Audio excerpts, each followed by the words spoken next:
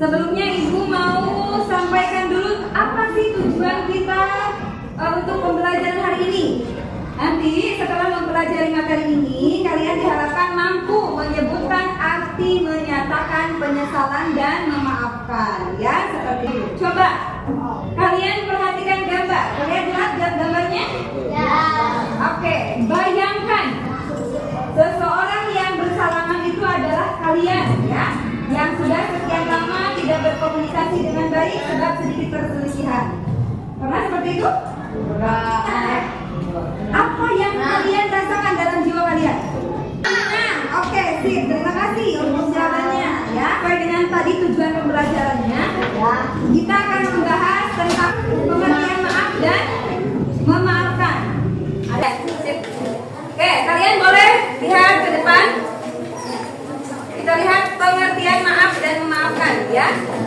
Kata maaf dalam Al-Quran disebut al-afu, ya, seperti pada pelajaran kalian sebelumnya. Al-afu itu artinya menghapus. Dalam Kamus Besar Bahasa Indonesia atau disingkat KBBI, maaf itu artinya yaitu ungkapan penyesalan.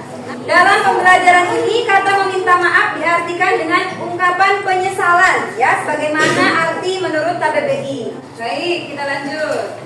Ada pertanyaan nih, mengapa harus menyesal, ya? Mengapa? Di sini jawabannya.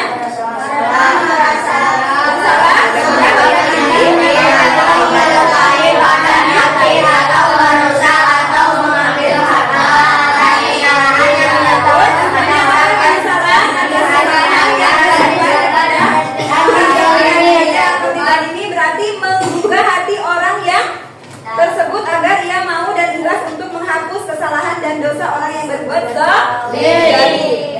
Nah, ungkapan rasa penyesalan bukan sekedar basa-basi, ya, memperlihatkan kesopanan, tetapi adalah untuk melepaskan belenggu atau rasa bersalah dalam hati, ya, seperti itu.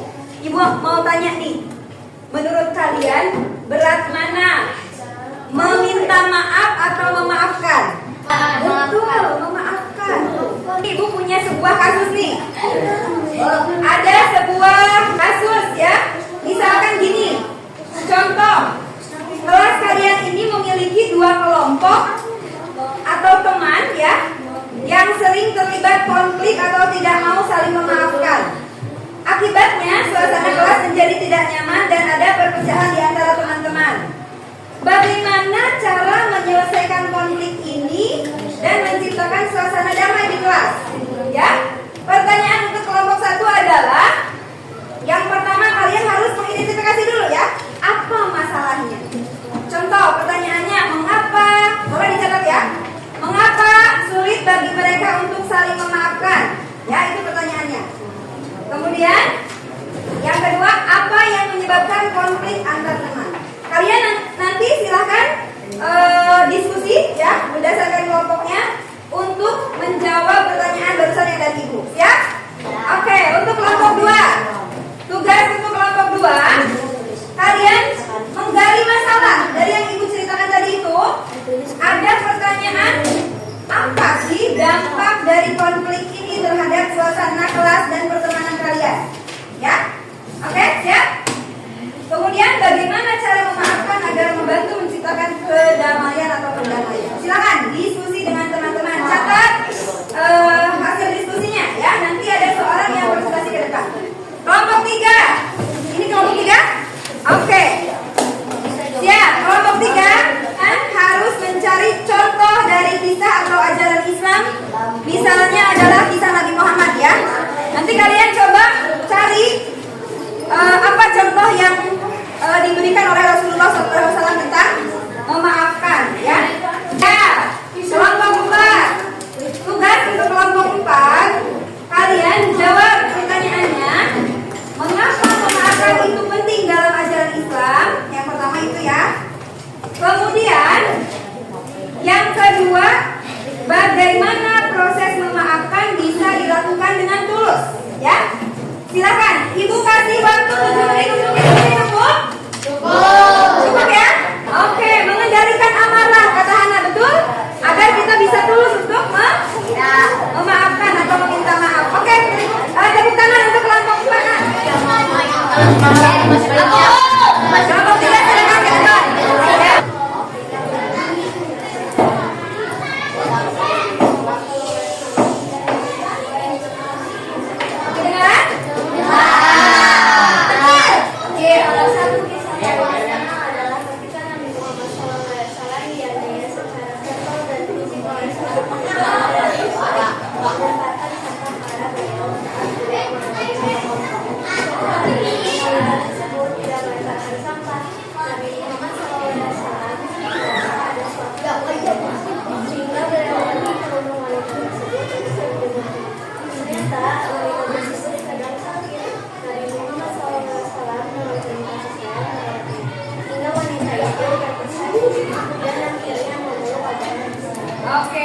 kasih itu adalah salah satu contoh kisah Nabi tentang seorang wanita yang suka melempari beliau, ya. Pernah dengar kisahnya?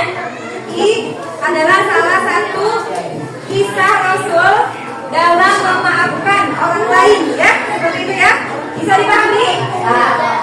Oke, terima kasih untuk kelompok 3 yang sudah mempresentasikan hasil diskusinya. Tepuk tangan, atuh.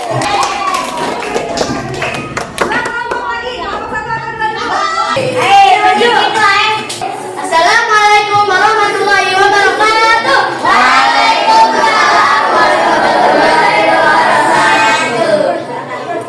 Pertanyaan ke-1. Mengapa sulit bagi mereka untuk saling memaafkan? 4. Merasa tersinggung.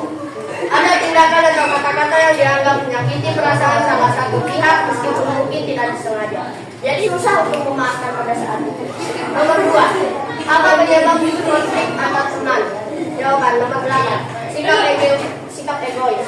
Ketika salah satu pihak lebih mementingkan dirinya sendiri daripada tidak mau mendengarkan atau mempertimbangkan keinginan atau kebutuhan orang lain. Oke, ada lagi tambahan jawabannya? Oke, cukup. Apa bisa dimengerti jawaban dari Danis? Bisa. Nah, mulai tanya semuanya nih kelompoknya. Atas pertanyaan kelompok 1 nih, mengapa sulit bagi mereka untuk saling memaafkan? Apa tadi kata Danis? Karena tersinggung, katanya begitu ya? Iya, orang yang sudah tersinggung akan sulit memaafkan. Perasaannya sudah tersinggung, itu salah satunya. Tapi Nis, ada lagi jawaban yang lainnya. Itu bisa karena apa ya? Salah paham. Jadi tersinggung apa? Karena salah paham, ya? Seperti itu. Bagus untuk kelompok 1. Terima kasih. Tepuk tangannya.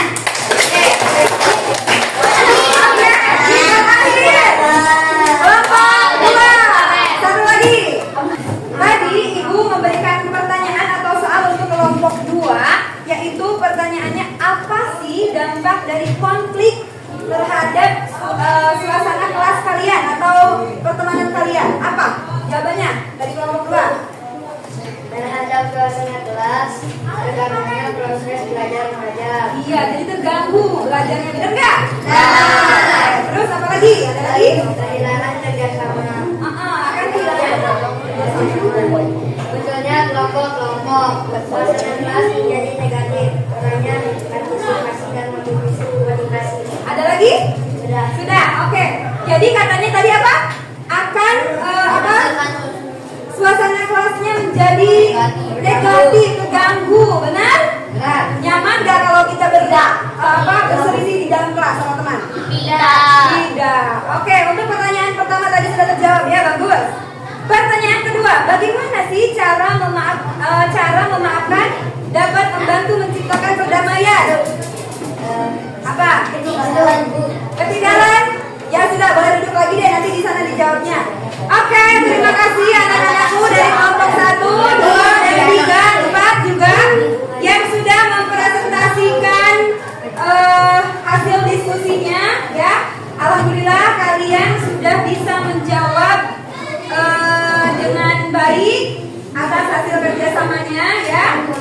Namun di sini perlu Ibu tekankan lagi bahwa memaafkan itu adalah perintah siapa?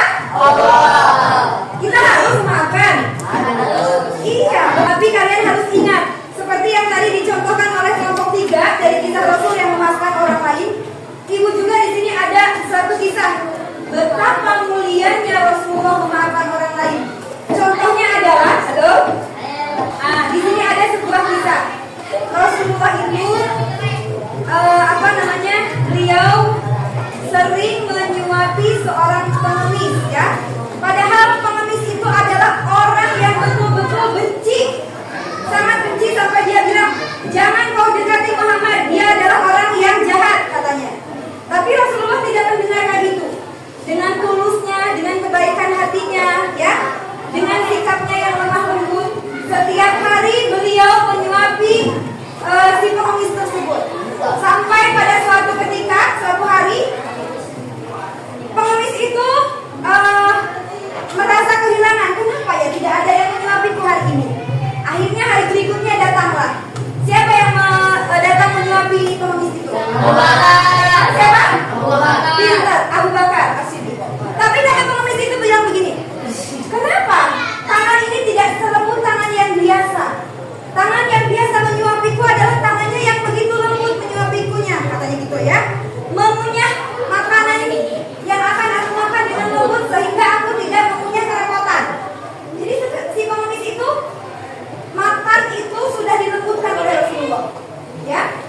Jadi dia tidak repot untuk mengunyah makanannya. Seperti itu. Tapi kok ini hari ini kok lain? Kok lain yang menyuapinya tidak selembut tangan yang sebelumnya? Di situ Abu Bakar menangis. Orang yang biasa menyuapi beliau sudah tidak ada. Siapa dia? Kata pengemis itu. Dia adalah Rasulullah Muhammad Shallallahu Alaihi Wasallam. Kemarin adalah hari apa? Ada yang tahu kemarin? Maulid. Maulid itu adalah kelahirannya beliau. Ya. Allahumma sholli ala Sayyidina Muhammad. Itu adalah salah satu contoh sikap betapa lembutnya hati beliau, betapa pemaafnya beliau. Beliau terhadap orang yang membencinya sekalipun tetap bersikap baik, memaafkan. Nah itu mungkin ya tambahan dari ibu ya tentang kisah memaafkan dari Rasulullah SAW. Oke, jadi hari ini apa yang kita pelajari? Memaafkan ya, pengertian maaf dan memaafkan. Oke, mungkin untuk pertemuan hari ini kita cukupkan dulu. Jangan lupa nanti kalian persiapkan untuk materi selanjutnya yaitu adalah hikmah dari memaafkan. Oke, siap? Untuk mengakhiri pembelajaran hari ini kita tutup dengan doa. Silakan dipimpin oleh KM baca hamdalah dan kibarat